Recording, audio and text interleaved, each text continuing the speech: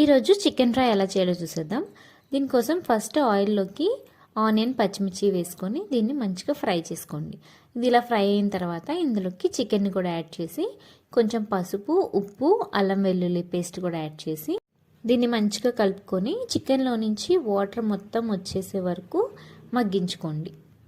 ఇలా చికెన్లో వాటర్ మొత్తం ఇలా వచ్చిన తర్వాత కొంచెం కారం అంటే టేస్ట్కి సరిపడా కారం కూడా యాడ్ చేసుకొని ఒక్కసారి కలిపేసుకొని ఇందులోకి ఇప్పుడు కొంచెం వాటర్ యాడ్ చేసుకొని మూత పెట్టేసి దీన్ని కొంచెం ఉడకనివ్వండి.